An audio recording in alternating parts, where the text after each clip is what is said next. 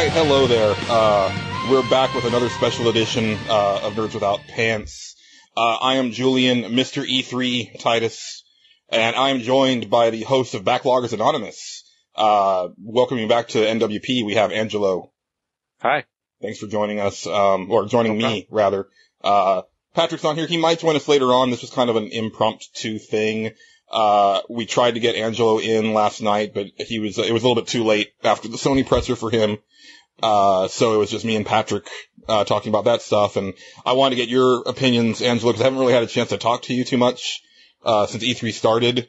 And also, obviously today we had the Nintendo Direct. So there's a lot of good stuff to talk about there. Sure is. But before we get to that stuff, what have you thought of E3 so far? Well, just general impressions. I mean, E3 is a show. There's no way around it other than to say it's a show. So a lot of it is dependent on what kind of a show you put on. Not necessarily how much logic is behind it, and I'll get to that. When it first started off and I saw Microsoft, I thought, wow, they put on a really good show. And they did. They brought out the games, which is what they needed to do, and they knew that. They even said that they knew it pretty much. And some of those looked extremely interesting and really got my attention. Definitely. I'll be honest, for a hot second, I had an Xbox pre-order in my checkout cart for Amazon, about midday. Yeah. I can totally understand that. Unfortunately, now that I am recording something, names are slipping from my grasp. Of course. But the mech game that they had looked incredible. Oh, and I want Titanfall, it. yeah. Yes. And exclusive, which I was, I'm surprised to see exclusives from Activision and EA of all places. The people who want to put their stuff everywhere. I heard somewhere that Microsoft had quite a lot of money to throw at exclusives, in $1 billion-ish. That's what I've heard too, yeah. Yeah, so I'm not surprised that they could go to one of the big guys and be, hey, money hat, game, done. That's how this thing works. So I'm just surprised it's so good. It's exactly what you want on that platform. It's going to please their target audience, and it's going to attract people who may look at an Xbox and go, I don't really want the Call of Duty Halo machine. But that thing has enough. It's a shooter, but it's got so much interesting stuff that it makes me want to play it. Despite the fact that I'm kind of shootered out, really. Yeah, I think I was sold when the player ejected from his mech and then got launched 100 feet into the air and then landed on an enemy mech and then took it out manually. I was like, oh wow. That opens up so many possibilities for gameplay. I don't know, it really spoke to me, and like you, Angelo, I've never been a big shooter guy, especially multiplayer stuff, but I couldn't help but be impressed by that game. So yeah. I can agree. And I do love my Halo, and seeing the Master Chief is always a good thing. I knew there wasn't anything to it. The trailer was great though, you didn't know what this was. It almost looked like Journey for a second. I was fooled. It didn't get me until I saw the glove, and it's like, oh, okay. Mm-hmm. Exactly. And then you're like, is that? And by the time it's done, you're like, oh, it is. And it's exciting. It is exciting. Yeah. If you like Halo, that's an exciting thing to see. Trying to think of what else. They brought good games. And by the end of that press conference, I was like, you know what? They didn't talk about the stuff that I wanted to hear about. Maybe that's a good thing. Maybe they're rethinking their strategy. Maybe they're, refining what they really want to do. So maybe it's good that we didn't hear anything, because I figured they know they're behind they know that there's pressure from the community to address these issues. And the fact that they're ignoring it tells me one of two things. One, they haven't thought of the right PR spin. Their PR is terrible. I'll get to that too. Or they are rethinking or still thinking about what exactly that plan is. Now, I know that there's been press releases and there's been statements and there's stuff on their website and all sorts of things, but consider how far the Xbox 360 has come since it was launched. It started with 4 blades, and the OS has been completely rewritten just about. Yeah, 3 times. So. Yeah, so they can pretty much do whatever they want. Time will tell. I look forward to hearing more from them. I haven't written them off completely. but I think they have a very good press conference. But I didn't get a chance to listen to the show, unfortunately, that you guys did. I wish I had. I will probably do that tonight, or tomorrow. Because I was watching press conferences basically all day. Yeah, same here. But I assume, since we're going to be number 2, that everybody has already heard about how Sony came and basically about every 5 minutes threw punches at Microsoft. Yeah, I gotta say, I was watching the game trailer stuff today, where they had the live show. And, say what you will about Michael Pachter, I actually really like the dude. But he was talking about the Sony presser, and I think he put it the best, that, Sony basically went up on stage, well, Jack Tretton basically went up on stage, stabbed Microsoft in the back, and then twisted the knife every 60 seconds for about 5 minutes. Because there are these very pregnant pauses for applause after every statement about the whole, used situation and everything like that. And every comment was the exact opposite of what Microsoft had said. Yes. So it was just so perfect. Well, the finishing move, the kick in the junk was the $100 price difference. Oh, absolutely. It was $19.95 all over again. Oh, my word. Well, actually, and then the salt in the wound. I don't know if you saw the tutorial about how to the share video. games. Yeah, I did. It's so good. And that's the thing, and I had mentioned this on last night's special, but, I had said that I wanted a console war, not because I have any vested interest in who wins or loses, but because it brings the best out of both companies. And I guarantee you that, a couple things. Sony was spoiling for a fight. They knew that they had to get their position back because they squandered it, in the 7th generation. But I'll guarantee you that the decisions like the used game policy and the $3.99 price point, those were probably arrived at that day. I'll almost guarantee it. Very possible. For all we know, it could have been right after Microsoft's press conference. There is an amazing advantage to going last. You cannot, that can't be overstated. They could have revised talking points on the fly after hearing Microsoft. Really, the stuff that was devastating to Microsoft all took place in the span of 5 minutes. Oh, absolutely, yeah. So, given they were throwing little jabs now and then, but it was really the stuff that was looked like a finishing move, was all in 5 minutes right at the very end. So. Yeah, and they brought, go ahead. Oh, I was gonna say, and I think you want to get into this, but, as far as, oh crap, I lost my train of thought. You go ahead and go, and then I'll edit this, and then I'll get it. I do want to say though, and I don't want to take anything away from Sony's presser because it was a rock show from the start.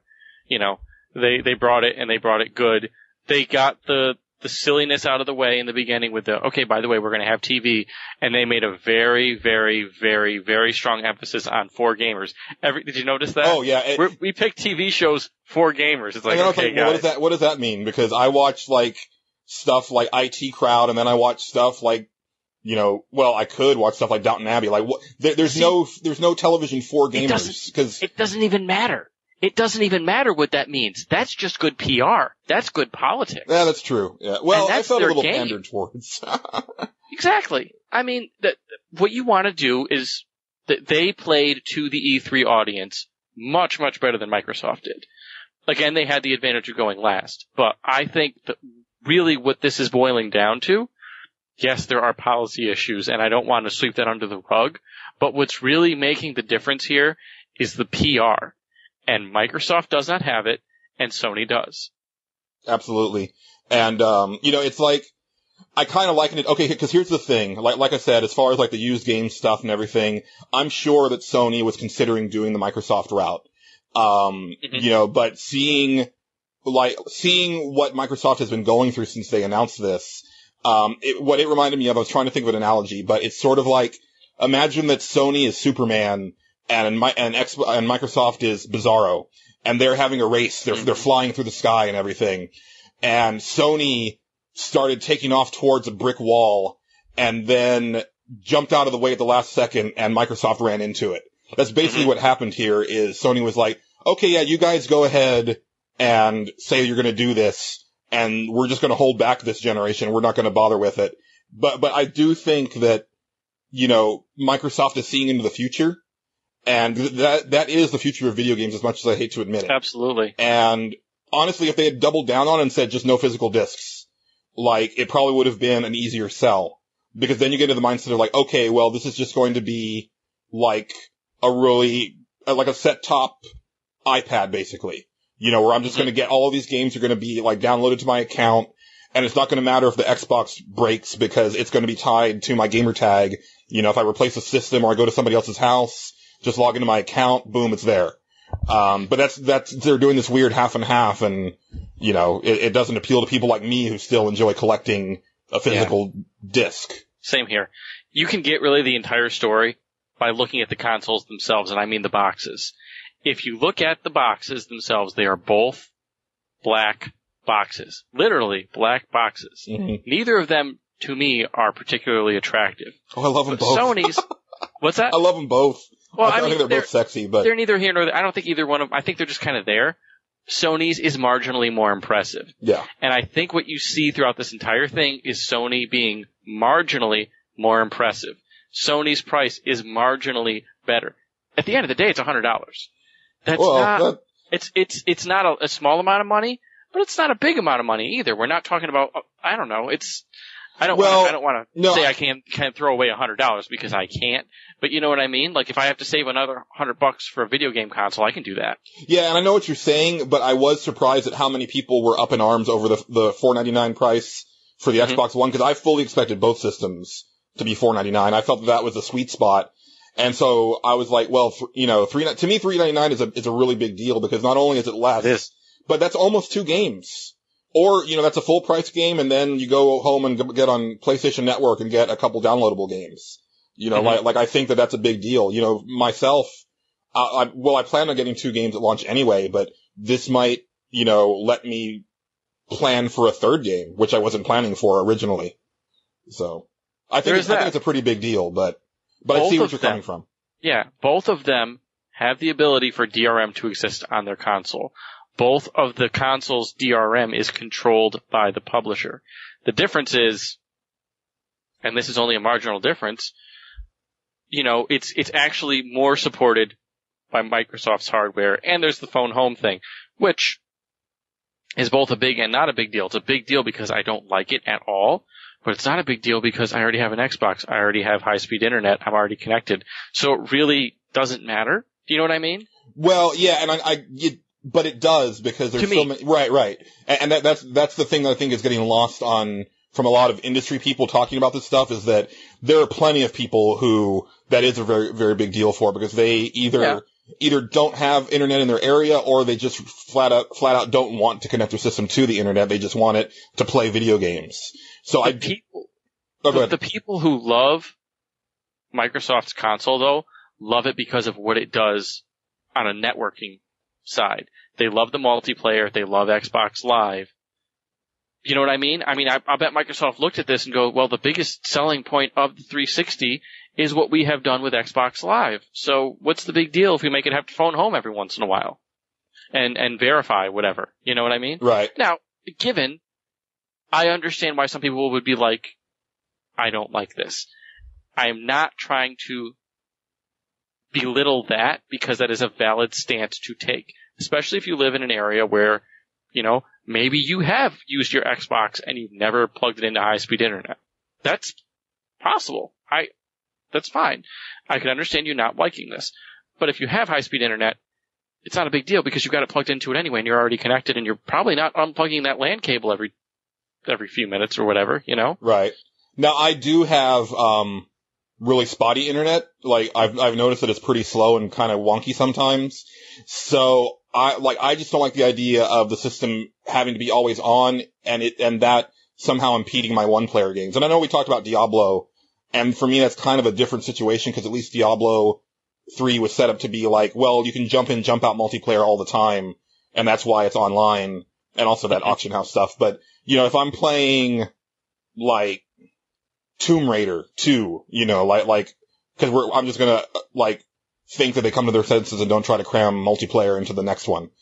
Let's say that I'm playing that for my Xbox One, and then it starts to have problems because my internet's going down or something like that. Like, that bothers me. And I do see weird scenarios with that. Yeah. And let's talk about the price again for one quick second here. Sure. What Microsoft has not unveiled, I think they're holding back one more play here. I don't know what it is. I've got a few guesses, but I think they're holding something back to just throw out maybe a little closer to launch to try and be like, oh, by the way. One could be a temporary price cut, like an early adopter. Hey, if you pre-order this, we'll give it to you at such and such a discount. The other one, and what I think is more likely, is that they're going to come out with a plan. Like, you buy the console and you pay a low price. I said $100. A lot of people that I talked to at Pixelbit disagreed with me. They say it's going to be $200. Potato, either way, you pay $200. You pay a monthly fee for 2 years, then you own the box, and the monthly fee also covers Xbox Live. I think that's what they're going to do eventually. I think they're holding on to it because they've already had their presser. You know what I mean? Yeah. Now they're just going to sit until they can make some more noise with it. Yeah, I'm honestly surprised that they didn't announce 2 price points. Because I've been expecting them to do something like that. That's where everybody's been kind of like pointing at, for both systems actually. And I'm surprised that it didn't happen at the press conference. I do feel that Xbox, or that Microsoft really needs to upgrade Xbox Gold. Because what you're getting for your yearly subscription is no longer as appealing as it once was when compared to what Sony's done with PS Plus. Because when PS Plus rolled out at first, it was like, why am I going to pay, like, for the occasional discount? And, because there really wasn't much to be gained from it. And then, what was it, two E3s ago? When they started rolling out, like, the free digital games and stuff like that, like, it started to become a really big deal. And even it being required for multiplayer now on PS4, like, you're getting so much more for your money, out of that service. And I was really surprised that Microsoft wasn't like, hey, we're gonna give you this, and this with Xbox Live Gold. And oh, by the way, like, Netflix and those apps are free now. You were no longer going to put that as a requirement for Gold. Really surprised at that. Has there been much chatter about Kinect? I'm not really a big fan of it, but has there been a whole lot of rah, we hate Kinect going on? There hasn't been, only because Microsoft has been oddly mum on the Kinect this E3. Like, they haven't even shown how you're going to use it with games, really. They really glossed over to the press conference. I haven't really seen it being used in gameplay demonstrations or anything. Like, I haven't seen one mention of better with Kinect this year. Well, here's one thing that's funny, and I don't know how important this is, but I heard somewhere, I want to say it was from Giant Bomb, that they are doing infrared controller detection. And what they mean by that is Kinect knows who's holding what controller, and if you switch controllers, for whatever reason, Kinect will just switch the inputs automatically, which I think is kind of cool. It's not and I mean that to say there's ways I think Kinect can enhance the gaming experience without, full body waggle, which is what it felt like up until now. Oh, absolutely. I mean, honestly, I always forget the name of the game, that Capcom Mech game. Steel Battalion? Steel Battalion. When they showed that for the Kinect, like, initially, I was like, that's a really cool idea. It's just the Kinect didn't work. But if you do it again with this new Kinect that can actually track your fingers and stuff like that, totally cool idea. Like, using the controller and then doing some very broad motions to do other things that you couldn't do with, just like a 12-button controller or whatever. Like, I think that there's really cool potential for stuff like that. Yeah. I don't want the Kinect watching me all the time, and from a health perspective, I don't know if I like the idea of it constantly, like, beaming infrared light all over the place. Did you see Paranormal Activity 4 by any chance? Where they used the Kinect? No, I didn't. Okay, well, they use the Kinect with, like, a night vision camera, or they use a night vision camera by the Kinect, to do some of the scarier stuff in the movie, but the Kinect is, like, pumping out, like, bajillions of points of light into the room, and somehow I just don't feel that that's safe. Really? Yeah, I don't know. And maybe I don't know the science behind it or anything like that, but I am starting to get to this point where I'm concerned about all of this stuff that we've got flying through the air. I think about my cell phone and how, like, I'm sitting here with my computer on my lap that's hooked up to a wireless internet, next to an Xbox that's hooked up to wireless internet. I've got my phone by me, and there's all this stuff, like, floating around, and I don't know if that's really good for us, and maybe I'm just completely off the rocker, but it's just something that's in the back of my head these days. Yeah. I guess. I mean, I kind of understand that. That part of me has always thought that way, and the other part of me is like, well, there's always going to be something. Right. You're going to live under power cables, or you're going to live by, you know what I mean? There's always something in the environment that's going to be counting down on you one way or another. Yeah. So, ever since you were born. I guess I just don't, I understand that there's harmful things out there, and I think overdose of exposure to any one particular thing is usually bad. But I don't know. I mean, I don't think I spend enough time in front of a Kinect for it to be harmful, I guess. Well, but if you had an Xbox One and it's like always watching you, and so you're just sitting on your couch, you're not using your Xbox, but it's still pumping stuff into the room, like, I don't know, like, that bothers me, and of course, like, the potential for it being misused. I mean, Travis's piece I thought was very good on Pixelbit about, it connected to, like, this whole recent NSA stuff. And, I mean, there's people who will joke and say it's like, tinfoil hat type stuff. And even Travis was kind of, saying like this might be a little out there, but I would have said that points. A month ago. Yeah, exactly. So, I don't know. Some of the stuff really bothers me. And I still don't understand the whole, this thing needs to be hooked up to the system in order for it to work. I think it does. Like I said, I think that has to do with the controller sensing, among other things. But I don't know what exactly. I hear you. I don't know what they're going to use, and that's why I'm thinking they're still holding stuff back. There must be more, because they knew they weren't going last. You know what I mean? Right. So I wonder if they intentionally said, "All right, we're going to go first. Sony's going to have all day. They're going to cut us somewhere. So let's hold off on this, and this, and we'll drop those bombs." In a few weeks, we'll hold another press conference or whatever. Maybe they will, maybe they won't. I don't know. Yeah, see, I wonder if it's that or if it's actually now they're doing damage control, because what I feel is that Microsoft came with a really good strategy. Like, if you're talking about like a boxing match, like they had some really awesome footwork. They threw in some really good punches, but then, as I said on last night's podcast, Sony just like flipped them over and did a tombstone pile driver on them, and like just completely like decimated them, and I don't think that they were prepared for that. I could be wrong. Like I mean, there's so much business going on with video game business, doing businessy things with business that who knows, like all of the wheelings and dealings that are going on and all of the meetings that have gone on. I mean, the hundreds upon hundreds of meetings, probably just on price point alone, are probably, I mean, just staggering.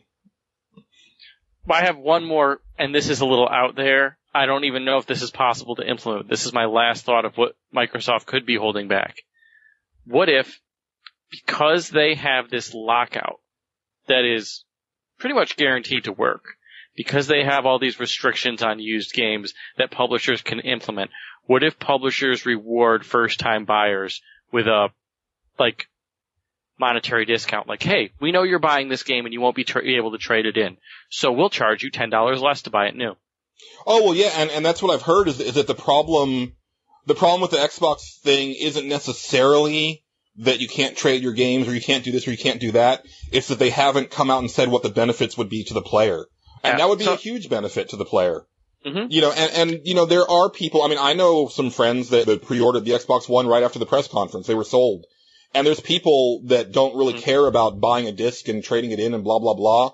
So they're fine with, the way that it's set up. Because honestly, if I was going to buy an Xbox One and there's no value to me for having the disc, I'm just going to go ahead and have it be a digital system and not take up that space on my shelf. Absolutely. But it's just, I like taking up that space on my shelf. I like having a library. Yeah, I do too. And part of it is that, some of the stuff I kind of want to keep for posterity and pass on to either, well, I'm not going to have kids, but like maybe somebody else's kids or possibly like video game historians or what have you.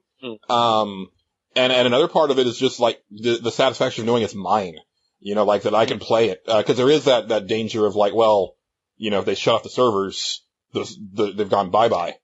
That's not a danger. That's a definite. Yeah, exactly. There's no way they can run this stuff forever. Yeah. And the thing is that I would bet that it would be shut off sooner rather than later. Like, people are talking about, like, oh, you can't play these games in 20 years. I'm thinking, you might not be able to play these games in 10 years, to be perfectly honest. Right.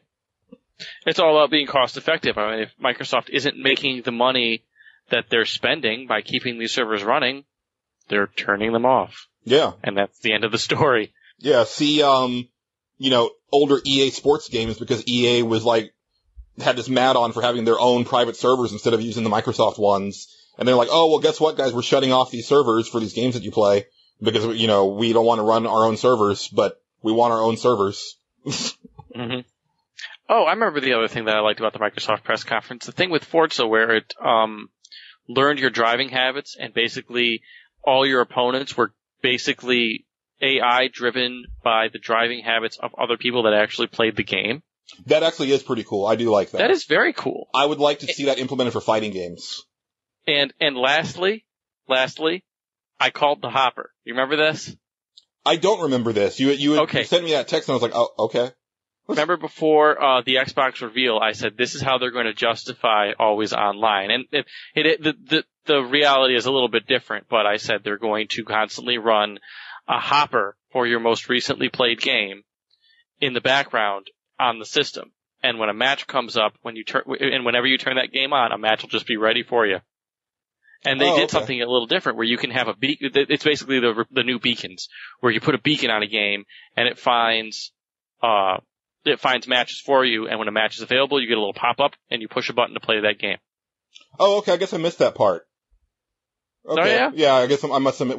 Well, I was having some problems with the feed for one, and I was also like reading all of the like terribly negative comments on Twitter, which it's so funny to me. Like, it doesn't matter what anybody does, really. Like, well, I was actually surprised. There did seem to be a lot of positivity towards Sony, but I don't know how there couldn't have been when they friggin', come out as the White Knights in that. Yeah, at this point, they're playing tennis with the net down. But yeah, like, Microsoft was showing some really awesome games, and everybody was like, oh man, this is all the same crap. And it's like, wait a minute, guys. They haven't shown a first-person shooter yet, and they're almost done with their press conference. Yeah. That's kind of amazing. No, they showed some really good games, some really interesting games. I don't know if I could tell you whose games were better. I do want to kind of get back to Sony for this, because for once you and I have a different opinion on something. This is true. We're like the same dudes, we're like the same age, have the same experiences, same everything, but I think we actually disagree. We do. Well, let me get this out of the way. I am not a big Kingdom Hearts fan. No, neither am I. I have the funny feeling though, when I introduce my wife to the games, she may like them because she's really into Disney and she's just pretty much gotten her first taste of RPGs and she loves them.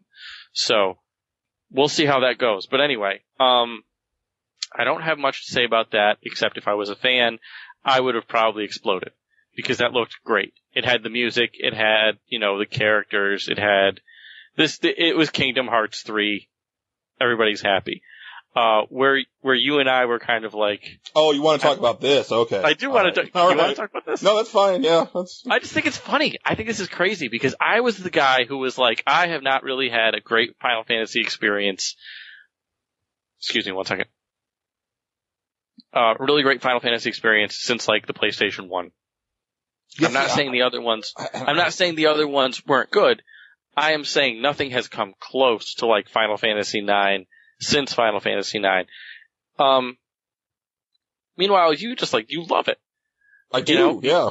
you love your Final Fantasy, and I guess the luster has sort of, it's gotten a little tarnished in my mind, and I played 13, I beat 13, I didn't get 13-2, I had my experience, I didn't really spend a whole lot of time romping around the field, seeing what I could do, because by that time I just wanted the game to be over. Right. Well, let me clarify that I do love Final Fantasy, but I am also the first person to admit that recent Final Fantasy is not older Final Fantasy, and they need to change things.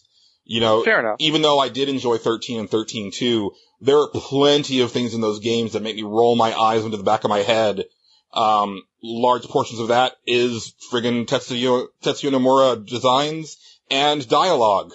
So I don't know why you're surprised at my feelings over Final Fantasy 15. You seem to just outright hate it, though. That was the thing. Like I said, oh my gosh, this is different. This is cool, and you're like, no.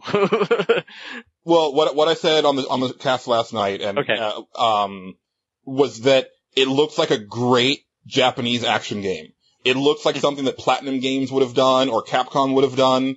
It looks like a really fantastic action game. It does not look like a Final Fantasy game. And I'm all for, changing things up, but Final Fantasy always changes things up. And it's been this weird, the thing for me is that since 10 or since 12, it's been this constant ratcheting down of the RPG mechanics to the point where you had Final Fantasy 12 with 3 party members, then 13 with 3 members, 13-2 with 2, and then you've got Lightning Returns with 1. And now you've got, Final Fantasy 15 where it's a straight up hack and slash action game from the looks of it. And, that doesn't thrill me. I really, if you read my 5 fixes for Final Fantasy, this is the exact opposite of what I was asking for. Yeah. Right. But beyond that, it's Nomura. It's all Nomura. And I sent, I talked about this, but I don't know if you saw my twit pic, when he came on the screen. I flipped him off, and it's on my Twitter. But those designs, and it was like, okay, you remember when they revealed the Xbox One and they showed the console for the first time? Mm-hmm. And it was like this pornographic, very luxurious look at the system from every conceivable angle. That's how I felt that this trailer was for Tetsuya Nomura's character designs. And I was just watching, I was just like, just go to hell. Just go to hell with your zippers and your black bell-bottom pants and your old dude with his, multicolored outfit and his white cloak and, just no. I don't want any of that. I'm so sick of it. And, as good as the graphics look and everything, I don't want it. But, I got some salvation today. 2 points from the Square Enix, press conference, which I didn't see, but I read some comments from. The first was, because here's another concern that I had, is they're moving it to a new system. This game has already been in development for 6 years. Final Fantasy XIII was supposed to come out for the PlayStation 2. And they changed it to the PS3, and you saw how long that took after they made the Switch. It was another 5 years after that. It's okay, great, Final Fantasy 15 is going on PS4 and Xbox One. It's gonna be out in 2016. So, why even get excited about it? But apparently they are assuring people that there's a backup team for Nomura that's going to help him keep on track. Because the thing is that this dude can't run a team. And that's why there hasn't been a Kingdom Hearts 3 yet, because he can't run a team. So that makes me feel better. And also, 3 comments. Another one was that they said that they were adamant to say that Final Fantasies after 15 aren't going to go in the same direction as 15. So I think that was them copying to the fact that, hey, we tried to do this experimental thing with Final Fantasy Versus 13. He couldn't get his act together, but we need to do something. So if we put 15 on it, that puts the onus on all of us to, get our butts in gear and get this shipped. Because there's something about the core numbered series versus the spin-offs where they treat the core series, with much more weight.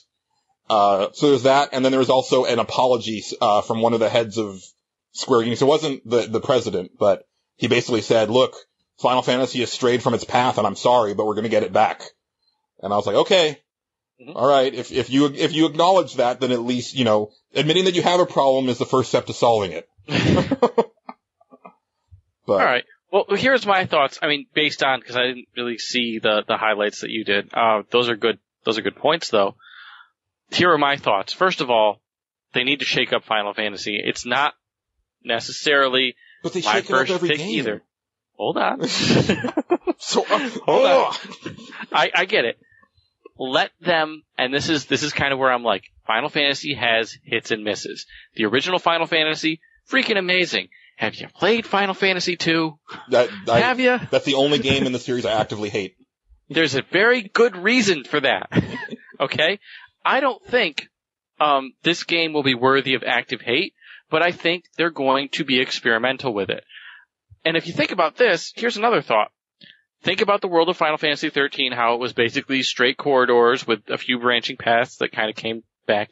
It wasn't very maze-like, like most RPGs are. That is not a very good world for a RPG. It is, however, a fantastic world for a brawler. Well, see, yeah, I can see that, but I guess my concern is imagine playing a 70-hour Dynasty Warriors. You think that looked like Dynasty Warriors? Well, though? I'm just thinking of the actual act of it being an action game where you're pressing square, triangle for an RP, for the length of a Final Fantasy game. Like, I don't mind pressing square, triangle for an action game that's 15 hours long, but when you put Final Fantasy and then you put the number 15 at the end of it, there's a certain expectation with that, where you're talking 60 plus hours of gameplay. And if that's all it is, that concerns me. That's my thing is, if it's a straight up action game. And I don't know that it can be, there has to be more to it because there's party members, like you see the names of other characters. And get the hell out with the name Noctis. Oh, I didn't even see that. Yeah, well, I mean, I've known his name That's for a terrible. long time, but yeah. Let's just, Nomura, just stop. Please stop. That's the thing. I mean, no, I think the game looks fantastic. It's for me, the problems that I have with the character designs, the fact that I always thought that Versus should have been a new IP to begin with, and the fact that putting the 15 on there smacks of desperation to me. I don't know. I have concerns. And this is the first that I've had real concerns. Well, no, that's not true. I had concerns before 13 came out. Because it had such a troubled, development time. And, but no, I mean, look, I'm gonna buy it day one, I'm gonna play it, I'm gonna love it. Like, it's not what I want. Yeah. I mean, remember I don't know if you remember the very first trailer for 13. I mean, the very first trailer. Yeah. It looked very much like an action game to me. It did, yeah, and I was worried about that from that trailer. So I think what they're doing is they're showing the action side of the game, but it's going to have RPG elements. I hope it's got to. Yeah. I mean, it wouldn't surprise me if it leaned a little more Kingdom Hearts than Final Fantasy, but we'll see. Yeah, we'll see. I mean, I'm just surprised that you're not drinking the Kool-Aid. I'm surprised that you're surprised because you know my feelings on this dude. I know, but you're like the Final Fantasy Kool-Aid licensed distributor at PixelPit. You know what I mean? Well, yeah, but again, like, I'll go back to my piece for 5 fixes of Final Fantasy. It is the exact opposite of the 5 things that I asked for. Like straight up, like one by one, it's like, no. And it's like, okay, like, I mean, I'm gonna play it, but really, guys, like, not even one of these things? Like, But no, I mean, Square Enix has some of the best production values around. I was just kind of surprised that they didn't announce something completely brand new. Because we've seen this game for year after year after year, and I expected, because there have been multiple times when they've announced multiple games in the numbered franchise. They did, what was it? They did 10, 2, 11, and 12 all at the same time. Right. And then they did 13, and then Agito, which turned into Final Fantasy Type 0, and Versus 13 all at the same time. So, I kind of expected, okay, well, we're gonna show you Versus 13, Final Fantasy 15, and 16, even if it was just like a title screen for 16. So, I don't know, I was surprised about that. Yeah. But this generation has been surprisingly lacking in Final Fantasy. Well, considering how long it's been. As far as quality, quantity has definitely been there. I mean, even though they didn't adhere to my rule of 3 and it's now been broken forever and I'm sad. We did get, Final Fantasy 13, 13-2, Lightning Returns, and we're about to get Final Fantasy 14 finally for console. So they got 2 out of the 3, numbered games for this generation. And then a bunch of extra stuff that nobody wanted except me. Well, I take that. I didn't want it, but I enjoyed it. Okay. What else are we going to talk about? Oh, we should probably talk about Nintendo. Oh, yeah. All right. Okay, so this time is such a tricky thing. As I said in our first special, me and Patrick recorded a E3 predictions, time capsule on Sunday that you won't get to listen to until Friday. And then we recorded last night, and I made more predictions for today. Most of my predictions have been completely wrong. You can just call me the new Michael Pachter. Because I was completely convinced that Nintendo was going to come out with everything. Like, I thought they were going to bring the Holy Trinity again at E3 because it's been like over 10 years since they did that all at one shot. I expected new Mario, new Zelda, new Metroid, Smash Brothers, and a whole bunch of other stuff to just like basically be like, oh, hey guys, those new systems, you're not going to want them because you're going to want a Wii U instead. Mm-hmm. And that's not quite what we got. But they showed good stuff. Like, I don't think... Well, I will say this. Compared to the two... Let me put it to you this way. When the presser was going on, around the same time they were showing off the you can pet your Pokemon now feature, I blasted out on Twitter, behold the reason Nintendo is skipping E3. I saw that. Okay? Now, I didn't mean that as like a punch in the face, like, oh, Nintendo, you suck. What I meant was, guys, they knew what they had was not, let's put on a giant rock show along next to Ubisoft, EA, Microsoft, and Sony, because what we have is good, but they're gonna just steal the show with all this stuff, and they knew it, you know, and I think they made the right move with the Nintendo Directs. I think that was the right avenue to announce this stuff, and they did show a lot of good, fun stuff, but most of it we'd already seen before, you know, none of it was truly mind-shattering, except for some of the more subtle stuff, which was a lot of fun. You know, there was a lot of really fun little things that they threw in there, like for Smash Brothers. Yeah. But, oh, I love that. But, yeah, none of it is like, let's make a press conference out of this and we'll blow everybody away.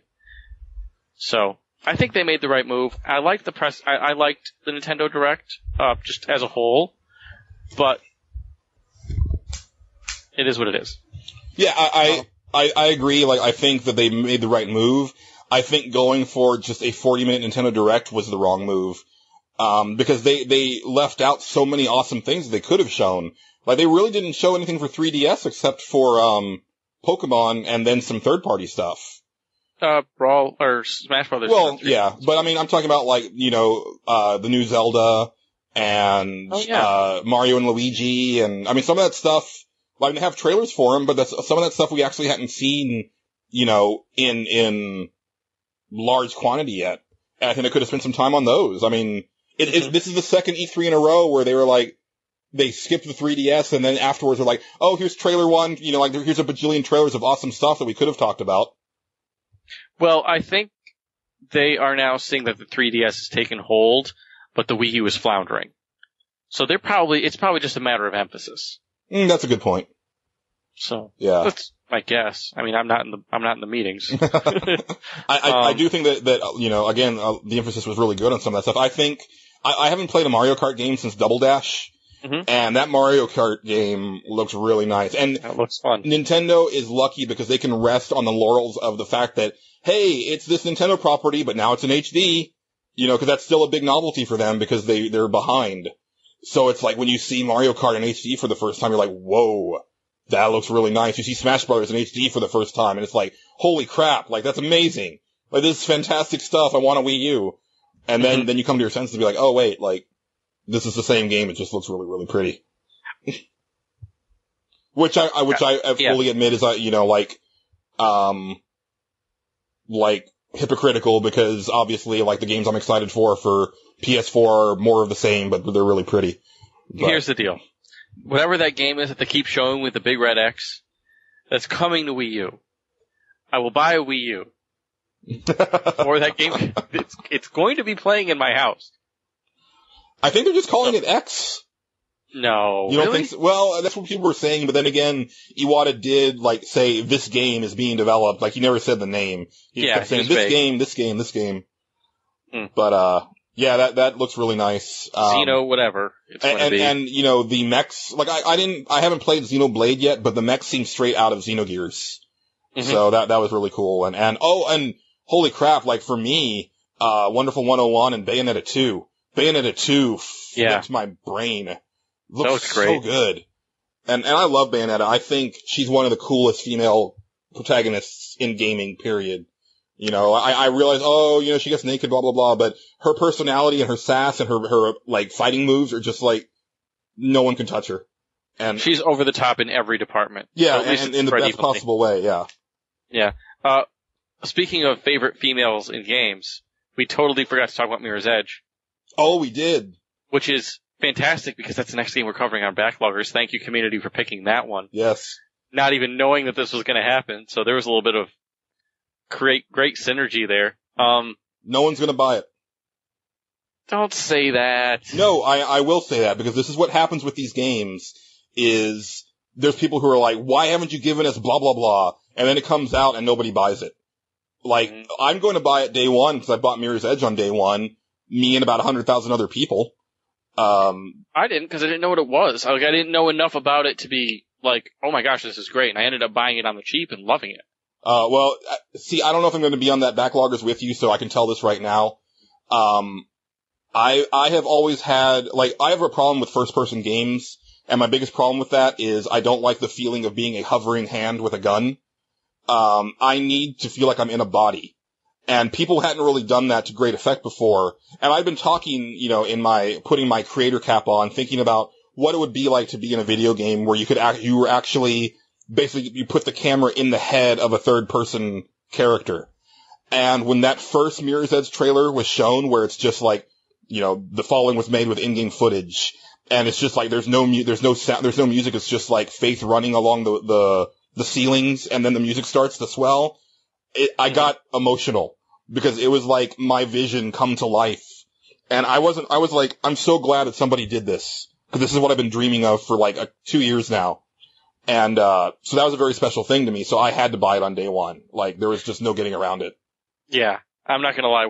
When I saw that trailer, I went and listened to Still Alive. Not the GLaDOS one, the one from the theme song from Mirror's Edge is also called Still Alive. Yeah, Lisa Mistrowski. Weird. Real good. I listened to that like 5 times. Yeah. So. You gotta. Yeah. But yeah, it looks phenomenal. But same thing, like people were hoping for Beyond Good and Evil 2. If they make that game, it's not gonna sell. Beyond Good and Evil is one of the all-time greatest flops of video game history. Yeah. So, I mean, I know that you love it. I loved it too. But that thing got... I like it. I don't love it. Well, no, I'm saying yeah. You, in the general terms, like people listening. You know, people love Beyond Good and Evil. But, if they do a sequel, and I don't think they will because Michel Ancel is gone, it's 200,000 people are going to buy it. And then it's gonna, you know, go away, and then people will get it on the cheap, you know, at Black Friday and stuff like that, and be like, why didn't you play this game? Yeah. So sometimes for this stuff, you gotta put your money where your mouth is, and that's what I said last night, is if you want Final Fantasy to continue, you should probably go ahead and buy Final Fantasy XIV for either the PC or the PlayStation 3, and then subscribe to it for a few months. Because Square Enix is on their last legs, and they need people to buy their stuff. Well, I think part of the problem too is marketing. I mean, you can blame a lot of that. Well, not a lot of that. You can blame about half of it on people not picking up the game. You can also blame half of the fact that people don't pick up the game on the fact that it wasn't properly marketed.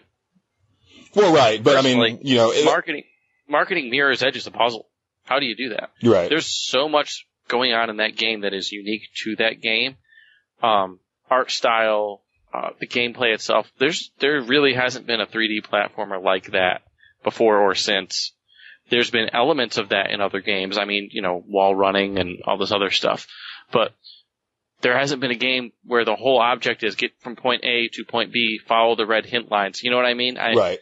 Well, and it also, then I start begging the question, and I think about this a lot, how many hardcore gamers are there really out there? And what I mean by that is the people who follow the industry closely, you know, read websites, you know the names of developers and stuff like that. How many of us are there that are really out there? Because maybe there's only a couple 100,000 of us out there, so maybe you guys all did buy it. And, you know, it's just there's not enough of us anymore, you know, and that kind of makes me sad. But at the same time, it's like, I don't think that those 14 million people that buy Call of Duty every year are just dude bros. I think a lot of those people are hardcore gamers, so there's gotta be a lot of them out there, right? Like, I don't know. Call of Duty's a fun game. It is a fun game. If it wasn't the same game year after year, I'd probably keep buying it. I played the first two and I liked them. And I maintain that people need to pay closer attention to Black Ops 2 because they did some things in that game that are really forward thinking, not just for Call of Duty, but for games in general. And I don't think it gets enough credit for that. The fact that I didn't complete a mission objective, and then it completely changed the branching of the story.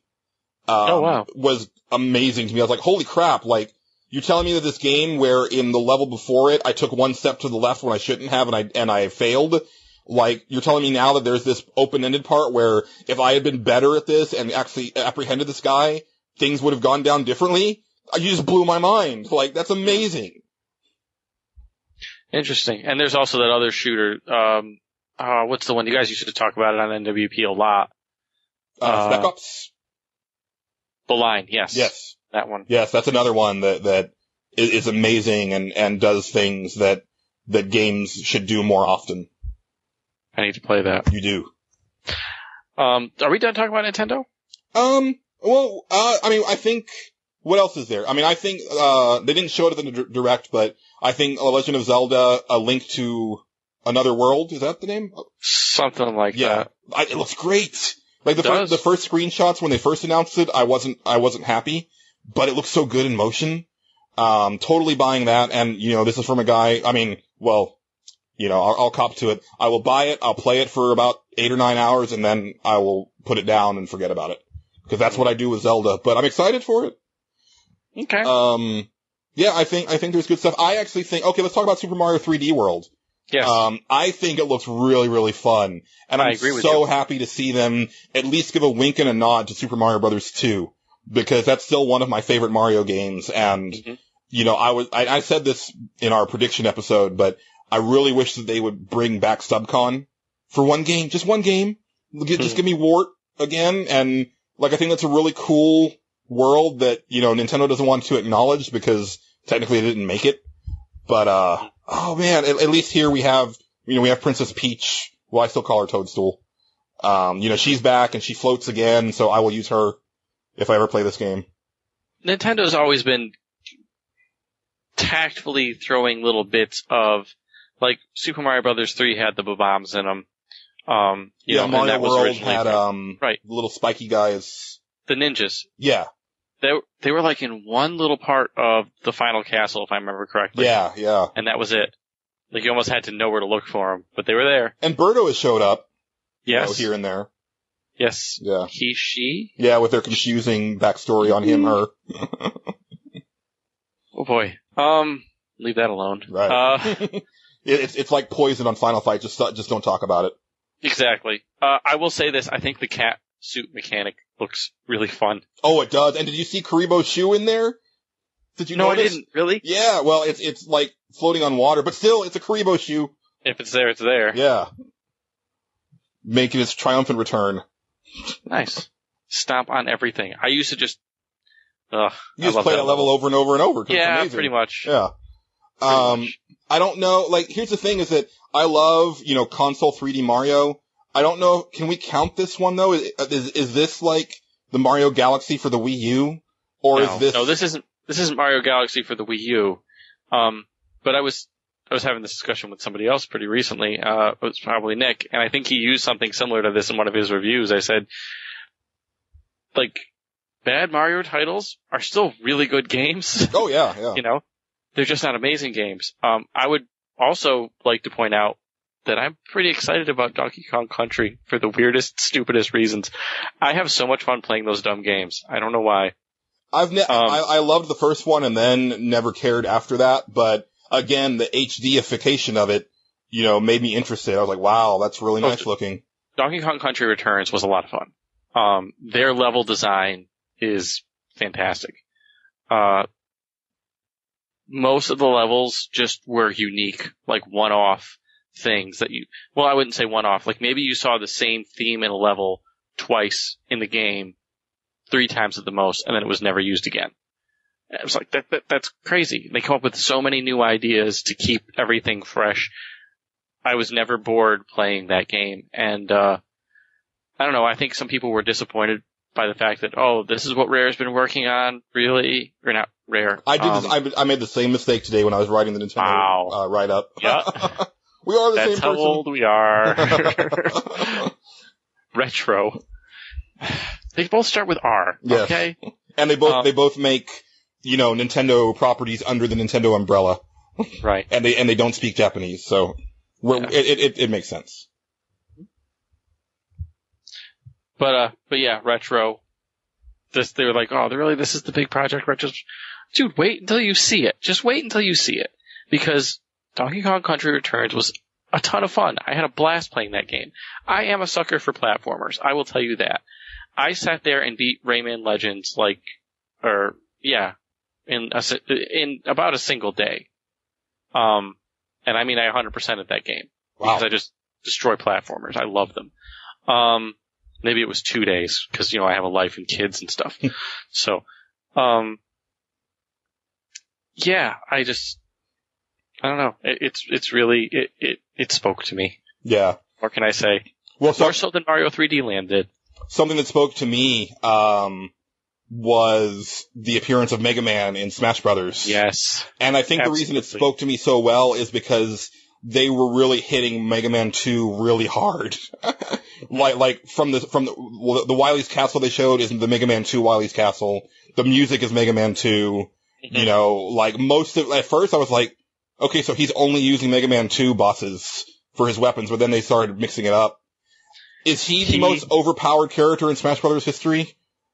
Now? Yes. Dude, he just hit Link with a metal blade. Well, I mean, and I haven't played Smash Bros. In a long time, but I thought that it was every character had 4 special moves. Up, down, left, and right. It might be something where, maybe you pick an option? Maybe. Right? Yeah, because, I mean, if he's pulling from, all 6 games I'm assuming 6 from the NES, I like to pretend that 9 and 10 don't exist.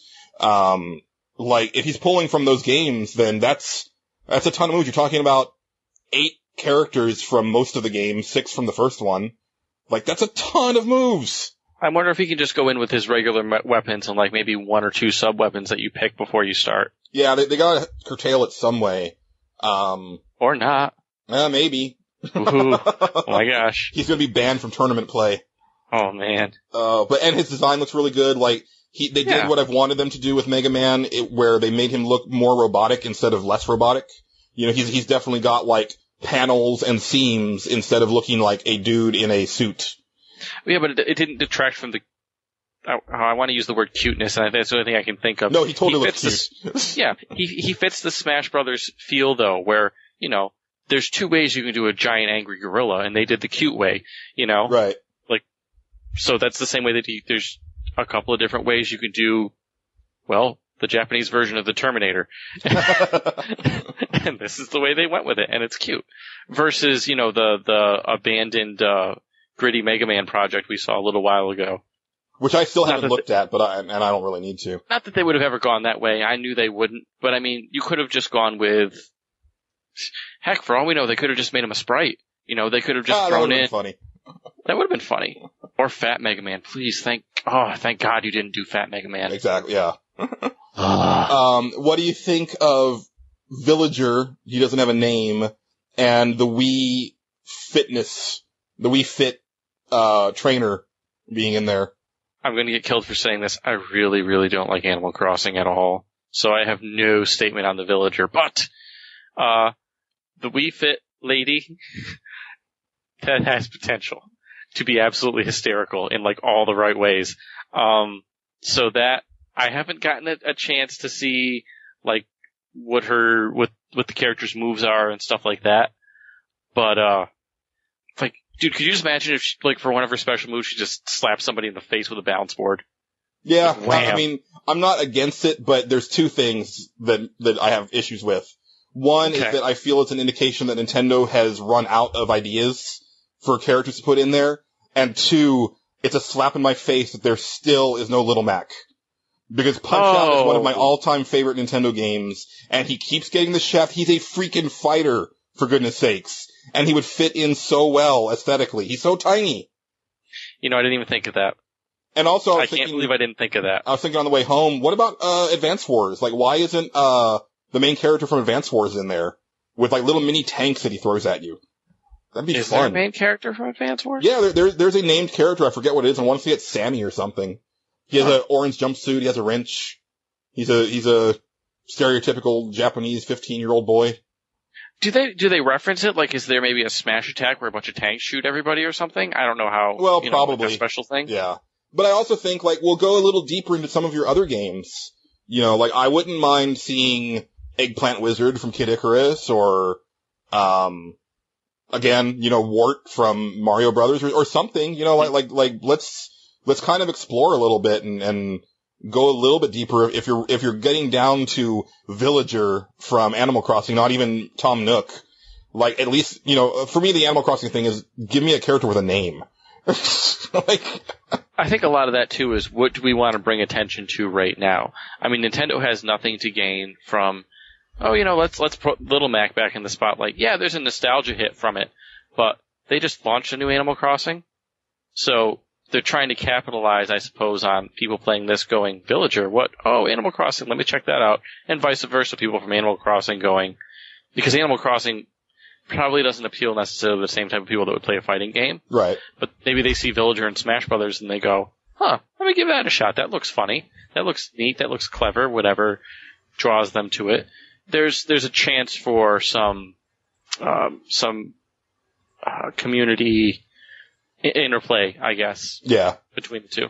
Yeah, you're right. I just think it's marketing, basically, because at the end of the day, and I was also saying this on Twitter, these people aren't our friends. As much as we like to think they are, they're not our friends. Oh, I never think they are. Sony, Microsoft, Sony, Nintendo, they're trying to take your money. Oh, they're trying to do it in a way that makes you feel very happy about handing it to them. Given Microsoft is failing horribly at this right now, but if it turns out that Microsoft's way makes more money than Sony's way, Sony's going to switch. Oh yeah, absolutely. They're going to switch. Yeah, and that's what I was saying earlier is that, they were probably going down that path anyway, and like I said, they just veered at the last second and let Microsoft take the hit. But next generation, it's on. Basically, like, I don't understand why people are so upset about Sony charging for multiplayer for PS4, because when they implemented PlayStation Plus, that was the flag. Writing on the wall. Yeah, it was like, hey guys, we're going to start charging soon, and this is how we're going to do it. Just be prepared. So no, I think basically it's like Microsoft did the first attack, but next generation, it's like that's how it's going to be across the board. And then, except with Nintendo, because Nintendo's always a generation behind. Yeah, and love you. You got to look at it this way. Their online was even cheaper. When Sony announced PS Plus, they said, you have to, and they got through that so quick. You need this to play online. But it's, what was their price point? I forget. Was it $49? I forget. I forget. I just remember him saying like $5 a month. So whatever that breaks down to, my math is bad. Okay. I remember it was cheaper than Microsoft, because everything was. Right. No, and he was really sly. A lot of people missed it. I caught it. But I mean, he was kind of sly the way that he did it. Like, and on the PlayStation 4 multiplayer, That's what I'm saying. Everybody's listening to what they're telling them, but they're not listening to what they're not telling them. And that's going to tell you a lot more. Well, no, I mean, he straight up told you what you needed to hear. They just didn't hear what he was saying. Because he said that's fair. He said it right after saying, but your PlayStation Plus membership will go across all of the systems. It'll give you this, and this, and on the PlayStation 4 multiplayer. And it's like, oh, that's really crafty there, Trenton. I see what you did there. I got it. I can't shake this feeling like Sony is setting up some sort of trap. Like, this just seems a little too good to be true. Right. Like, here is Microsoft doing all this stuff. And yes, they did the old, heat-seeking missile gag, but at the same time, it's like, what is the catch? I'm waiting for the catch. I don't know if there is one, but it just feels like there is. Heat-seeking missile, that was such a better thing than my whole Superman Bizarro thing. I was trying to find something, like, all afternoon. I was like when you're watching Dragon Ball, and no, that's no good.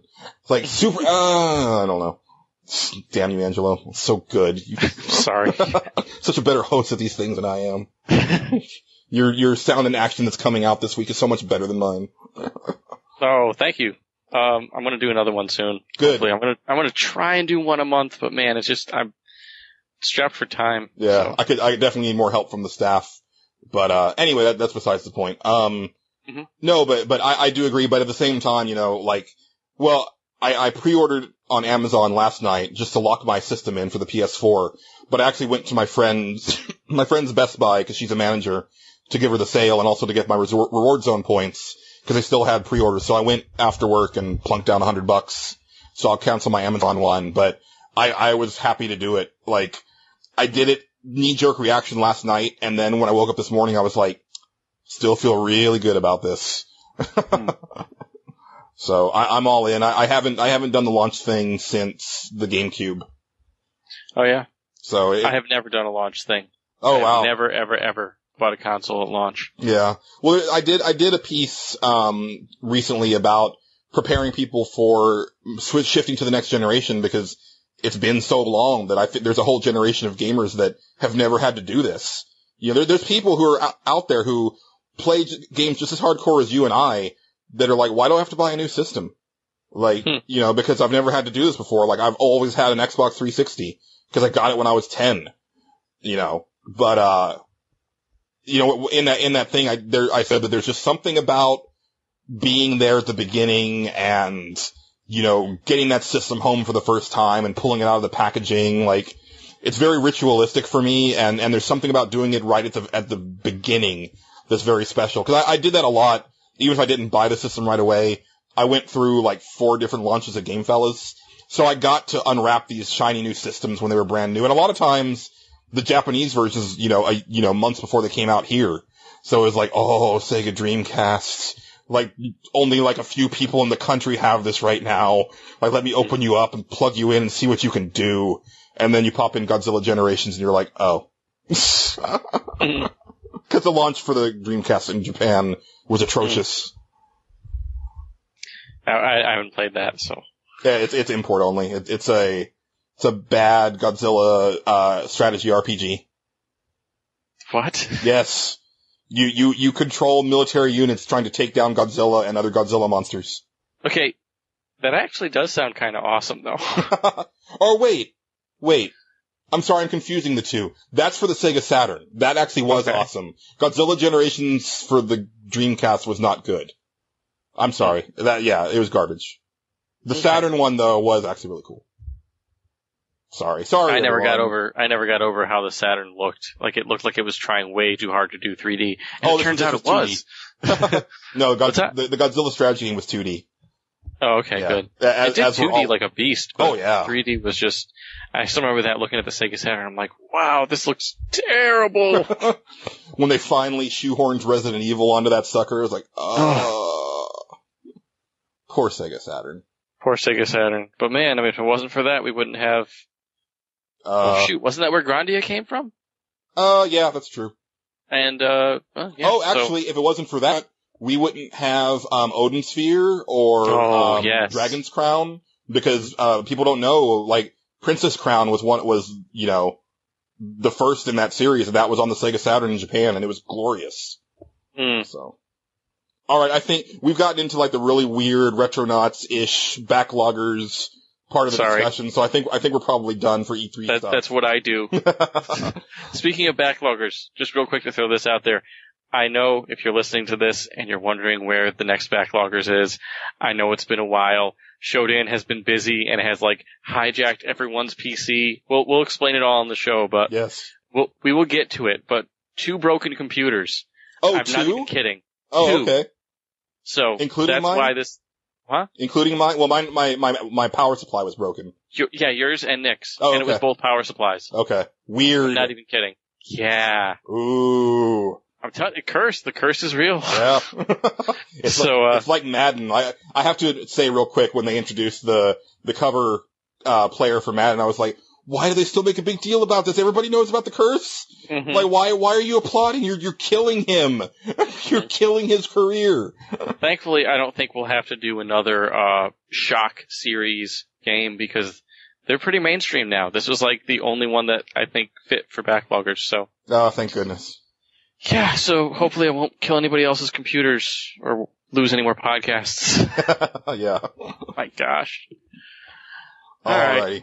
Well, yeah, I think that's going to do it for this second special edition of Nerds Without Pants. You lucky people, or maybe not so lucky. I really don't know how popular this show is in comparison to other stuff, but people have seemed to slowly but surely been listening to it lately, and that makes me feel better. I know I'm not the best host, but, you know, Angelo is much better at this, and and Mike are pretty good, and everything, but, you're better than you're giving yourself credit for. Well, I'm also like, very self-deprecating. It's part of my charm. But no, I'm glad that people are starting to slowly listen to it, but this will probably be the last special for the week as far as E3 goes, unless the push start guys do something or Jason does something with PB and Jason. It sounded like he was fired up to do like 3 or 4 episodes and then nothing. Yeah, I think both of those guys are going to do one. That's what it sounded like anyway. Okay. So expect something from them, and then our really embarrassing prediction episode of Nerds Without Pants regular will be hitting on Friday, and then Sound in Action coming out on Sunday. So look forward to that. That's going to be Angelo's episode, and then I've got an awesome episode coming up after that I'm very proud of. And then other stuff in the hopper. So yeah, thank you for listening, and enjoy the rest of your E3. And let us know what you thought about Nintendo in the comments. Bye. See ya.